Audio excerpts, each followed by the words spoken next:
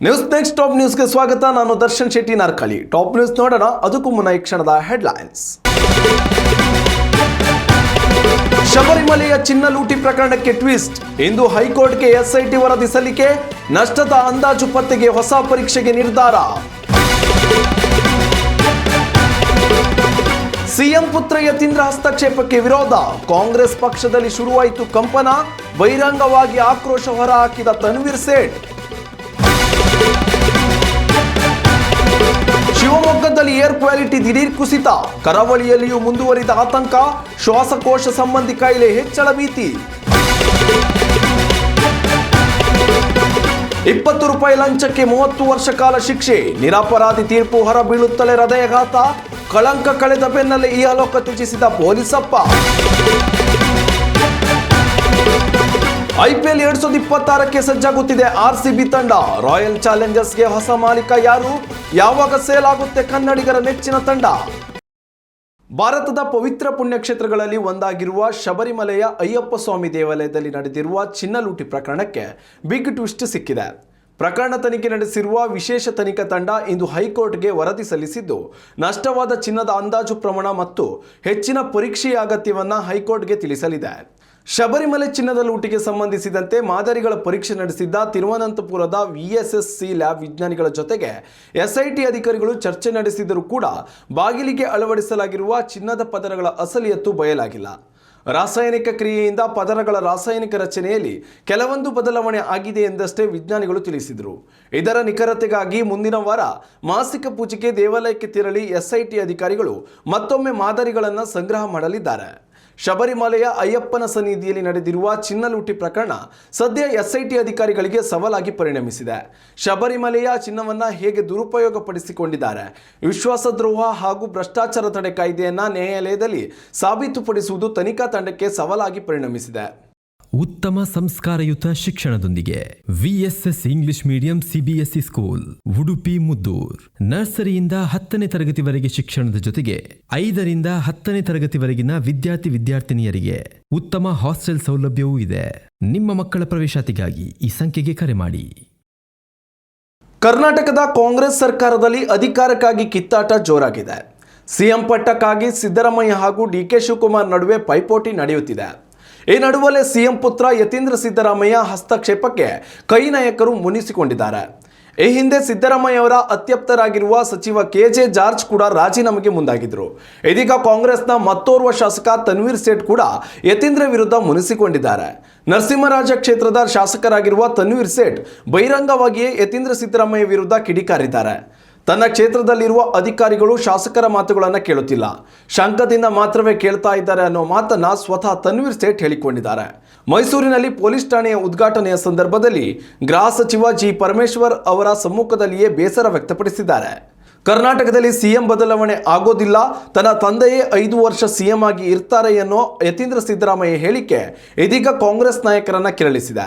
ಕಾಂಗ್ರೆಸ್ ನಾಯಕರಾದ Dinesh Gundu Rao, G Parameshwar, MB Patil ಸೇರಿದಂತೆ ಹಲವು ನಾಯಕರು ಪರೋಕ್ಷವಾಗಿ ನಾಯಕತ್ವ ಬದಲಾವಣೆ ಪರ ಬ್ಯಾಟಿಂಗ್ ನಡೆಸಿದ್ದಾರೆ.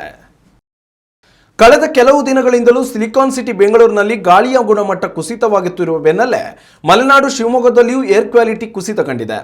ಇದು ತಜ್ಞರ ಆತಂಕಕ್ಕೆ ಕಾರಣವಾಗಿದೆ. ಬೆಂಗಳೂರಿನಲ್ಲಿ ಏರ್ ಕ್ವಾಲಿಟಿ ಸದ್ಯ 177ರಷ್ಟಿದ್ರೆ ಶಿವಮೊಗ್ಗದಲ್ಲಿ 190ಕ್ಕೆ ತಲುಪಿದೆ. ಉಳಿದಂತೆ ಮಂಗಳೂರಿನಲ್ಲಿ 175, ಮೈಸೂರು 171ರಷ್ಟಿದ್ದು ಆತಂಕವನ್ನು ಮೂಡಿಸಿದೆ. ಅದರಲ್ಲೂ ಶಿವಮೊಗ್ಗ ಜಿಲ್ಲೆಯಲ್ಲಿ ಕಳೆದ 2 ದಿನಗಳಿಂದಲೂ ಗಾಳಿಯ ಗುಣಮಟ್ಟದಲ್ಲಿ ಕುಸಿತ ಕಾಣ್ತಾ ಇರುವುದು ಆತಂಕವನ್ನು ಮೂಡಿಸಿದೆ.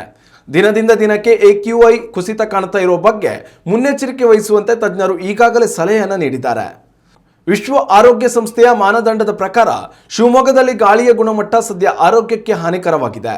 ಕಳೆದ 3-4 ದಿನಗಳ ಹಿಂದೆಯಷ್ಟೇ 100ರ ಆಸುಪಾಸಿನಲ್ಲಿದ್ದ ಮಂಗಳೂರಿನ AQI 175ರ ಗಡಿ ದಾಟಿದೆ. ಗಾಳಿಯ ಗುಣಮಟ್ಟ ಕುಸಿತ ಆಗ್ತಾ ಇರುವುದರಿಂದಾಗಿ ಶ್ವಾಸಕೋಶ ಸಂಬಂಧಿ ಕಾಯಿಲೆಗಳು ಎದುರಾಗುವ ಸಾಧ್ಯತೆ ಇದೆ ಎಂದು ತಜ್ಞರು ಎಚ್ಚರಿಕೆಯನ್ನು ನೀಡಿದ್ದಾರೆ. ಉತ್ತಮ ಸಂಸ್ಕಾರಯುತ ಶಿಕ್ಷಣದೊಂದಿಗೆ VSS English medium CBSE school Udupi Muddur. ನರ್ಸರಿಯಿಂದ 10ನೇ ತರಗತಿವರೆಗೆ ಶಿಕ್ಷಣದ ಜೊತೆಗೆ 5ರಿಂದ 10ನೇ ತರಗತಿವರೆಗಿನ ವಿದ್ಯಾರ್ಥಿನಿಯರಿಗೆ ಉತ್ತಮ ಹಾಸ್ಟೆಲ್ ಸೌಲಭ್ಯವೂ ಇದೆ. ನಿಮ್ಮ ಮಕ್ಕಳ ಪ್ರವೇಶಾತಿಗಾಗಿ ಈ ಸಂಖ್ಯೆಗೆ ಕರೆ ಮಾಡಿ. ಇಂದಿನ ದಿನಗಳಲ್ಲಿ ಲಂಚಬಾಕರು ಕೋಟಿ ಆಸ್ತಿ ಲೂಟಿ ಹೊಡೆದರೂ ಆರಾಮಾಗಿ ಇರ್ತಾರೆ. ಅಲ್ಲೊಂದು ಇಲ್ಲೊಂದು ದಾಳಿ ನಡೆದರೂ ಕೂಡ ಶಿಕ್ಷೆಯಿಂದ ತಪ್ಪಿಸಿಕೊಳ್ತಾರೆ. ಆದರೆ ಇಲ್ಲೊಬ್ಬ ಪೊಲೀಸ್ ಕಾನ್ಸ್ಟೇಬಲ್ 20 ರೂಪಾಯಿ ಲಂಚ ಸ್ವೀಕಾರ ಮಾಡಿದ್ದ ಆರೋಪದಿಂದ ಬರೋಬ್ಬರಿ 30 ವರ್ಷ ಶಿಕ್ಷೆ ಅನುಭವಿಸಿದ್ದಾರೆ. ಕೊನೆಗೆ ತಾನು ನಿರಪರಾಧಿ ಅಂತ ಸಾಬೀತುಪಡಿಸಿದ ಮರುದಿನವೇ ಹೃದಯಾಘಾತದಿಂದ ಇಹಲೋಕ ತ್ಯಜಿಸಿದ ಹೃದಯ ವಿದ್ರಾವಕ ಘಟನೆ ಅಹಮದಾಬಾದ್ನಲ್ಲಿ ನಡೆದಿದೆ. ಪೊಲೀಸ್ ಕಾನ್ಸ್ಟೇಬಲ್ ಬಾಬುಭಾಯಿ ಪ್ರಜಾಪತಿ ಎಂಬುವರು 1996ರಲ್ಲಿ ಅಹಮದಾಬಾದ್ನ ವೇಜಲಪುರದಲ್ಲಿ ಕಾನ್ಸ್ಟೇಬಲ್ ಆಗಿ ಕೆಲಸ ಮಾಡ್ತಾ ಇದ್ರು. ಈ ವೇಳೆಯಲ್ಲಿ ಅವರು ಕೇವಲ 20 ರೂಪಾಯಿ ಲಂಚ ಪಡೆದ ಆರೋಪದ ಅಡಿಯಲ್ಲಿ ಭ್ರಷ್ಟಾಚಾರ ತಡೆ ಕಾಯ್ದೆಯಡಿಯಲ್ಲಿ ಅವರ ವಿರುದ್ಧ ಪ್ರಕರಣ ದಾಖಲಾಗಿದ್ದು 2003ರಲ್ಲಿ ನ್ಯಾಯಾಲಯ ಪ್ರಕರಣ ವಿಚಾರಣೆಯನ್ನ ಆರಂಭಿಸಿತ್ತು. 2004ರಲ್ಲಿ ಸೆಷನ್ಸ್ ನ್ಯಾಯಾಲಯವು ಅವರಿಗೆ 4 ವರ್ಷಗಳ ಕಾಲ ಜೈಲು ಶಿಕ್ಷೆಯನ್ನು ವಿಧಿಸಿತ್ತು. ಆದರೆ ಸೆಷನ್ಸ್ ನ್ಯಾಯಾಲಯದ ತೀರ್ಪಿನ ವಿರುದ್ಧ ಪ್ರಜಾಪತಿಯವರು ಗುಜರಾತ್ ಹೈಕೋರ್ಟ್ ಮೆಟ್ಟಿಲೇರಿದ್ರು. 2 ದಶಕಗಳ ಕಾಲ ವಿಚಾರಣೆಯನ್ನು ನಡೆಸಿದ್ದ ನ್ಯಾಯಾಲಯ 2026ರ ಫೆಬ್ರವರಿ 4ರಂದು ತೀರ್ಪು ನೀಡಿದ್ದು ಪ್ರಜಾಪತಿಯವರನ್ನ ಖುಲಾಸೆಗೊಳಿಸಿ ಆದೇಶ ಹೊರಡಿಸಿದೆ. ಸುದೀರ್ಘ ಹೋರಾಟದ ನಂತರ ಪ್ರಜಾಪತಿಯವರು ಕಳಂಕರಹಿತರಾಗಿದ್ರು. ಆದರೆ ತೀರ್ಪು ಹೊರಬಿದ್ದ ಮರುದಿನ ಎದ್ದೇಳುವ ಮೊದಲೇ ಪ್ರಜಾಪತಿ ಭಾರತ ಲೋಕಕ್ಕೆ ಪಯಣಿಸಿದ್ದಾರೆ. ಇಂಡಿಯನ್ ಪ್ರೀಮಿಯರ್ ಲೀಗ್ಗಾಗಿ ರಾಯಲ್ ಚಾಲೆಂಜರ್ಸ್ ಬೆಂಗಳೂರು ತಂಡ ಸಜ್ಜಾಗುತ್ತಿದೆ. ಆದರೆ ಮುಂದಿನ ಬಾರಿ ಹೊಸ ಮಾಲೀಕನ ಜೊತೆಗೆ RCB ಕಣಕ್ಕೆ ಇಳಿಯುವುದು ಫಿಕ್ಸ್ ಆಗಿದೆ. ರಾಯಲ್ ಚಾಲೆಂಜರ್ಸ್ ತಂಡದ ಫ್ರಾಂಚೈಸಿ ಒಡೆತನ ಹೊಂದಿರುವ ಡಿಯಾಜಿಯೋ ಕಂಪನಿ ಮಾರಾಟ ಪ್ರಕ್ರಿಯೆಯನ್ನು ಈಗಾಗಲೇ ಆರಂಭಿಸಿದೆ. ಇಂಗ್ಲಿಷ್ ಪ್ರೀಮಿಯರ್ ಲೀಗ್ನ ದೈತ್ಯ ಮ್ಯಾಂಚೆಸ್ಟರ್ ಯುನೈಟೆಡ್ ಮಾಲೀಕರಾಗಿರುವ ಗ್ಲೇಸರ್ RCB ಖರೀದಿಗೆ 16,000 ಕೋಟಿ ರೂಪಾಯಿಯ ಬಿಡ್ ಸಲ್ಲಿಕೆ ಮಾಡಿದ್ದಾರೆ ಎನ್ನಲಾಗುತ್ತಿದೆ. ಮಾತ್ರವಲ್ಲದೆ ಸೀರಮ್ ಇನ್ಸ್ಟಿಟ್ಯೂಟ್ ಆಫ್ ಇಂಡಿಯಾದ CEO ಆದರ್ ಪುನವಲ ಕೂಡ RCB ಖರೀದಿಗೆ ಆಸಕ್ತಿ ತೋರಿಸಿದ್ದು ಬಿಡ್ ಸಲ್ಲಿಸುವುದಾಗಿ ಬಹಿರಂಗವಾಗಿಯೇ ಘೋಷಣೆ ಮಾಡಿದ್ದಾರೆ. ಅಲ್ಲದೆ JSW, ಅದಾನಿ ಗ್ರೂಪ್, ಜೆರೋದಾದ ನಿಖಿಲ್ ಕಾಮತ್, ಮಣಿಪಾಲ್ ಗ್ರೂಪ್ನ ರಂಜನ್ ಪೈ ಸೇರಿದಂತೆ ಒಟ್ಟು 9 ಸಂಸ್ಥೆಗಳು ಕನ್ನಡಿಗರ ನೆಚ್ಚಿನ ತಂಡ ಖರೀದಿಗೆ ಆಸಕ್ತಿ ತೋರಿಸಿದ್ದಾರೆ. ಡಿಯಾಜಿಯೋ ಕಂಪನಿಯು 2026ರ ಮಾರ್ಚ್ 31ರ ಒಳಗಾಗಿ RCB ತಂಡದ ಮಾರಾಟ ಪ್ರಕ್ರಿಯೆಯನ್ನು ಪೂರ್ಣಗೊಳಿಸಲಿದೆ. ಈಗಾಗಲೇ ಕೆಲವೊಂದು ಕಂಪನಿಗಳು ಬಿಡ್ ಸಲ್ಲಿಸಿದ್ದು ನಾನ್ ಬೈಂಡಿಂಗ್ ಆಗಿದ್ದು ಫೆಬ್ರವರಿ ತಿಂಗಳ ಅಂತ್ಯಕ್ಕೆ ತಂಡಗಳ ಶಾರ್ಟ್ ಲಿಸ್ಟ್ ಆಗಲಿದೆ. ಇದೇ ಹೊತ್ತಲ್ಲೇ ಬಿಡ್ದಾರರ ಜೊತೆಗೆ ಅಂತಿಮ ಸುತ್ತಿನ ಚರ್ಚೆ ನಡೆಯಲಿದೆ.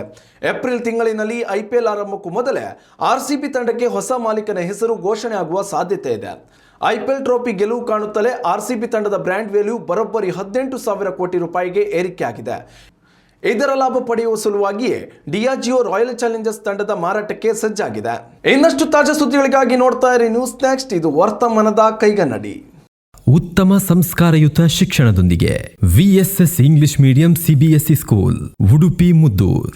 ನರ್ಸರಿಯಿಂದ 10ನೇ ತರಗತಿವರೆಗೆ ಶಿಕ್ಷಣದ ಜೊತೆಗೆ 5ರಿಂದ 10ನೇ ತರಗತಿವರೆಗಿನ ವಿದ್ಯಾರ್ಥಿನಿಯರಿಗೆ ಉತ್ತಮ ಹಾಸ್ಟೆಲ್ ಸೌಲಭ್ಯವೂ ಇದೆ. ನಿಮ್ಮ ಮಕ್ಕಳ ಪ್ರವೇಶಾತಿಗಾಗಿ ಈ ಸಂಖ್ಯೆಗೆ ಕರೆ ಮಾಡಿ.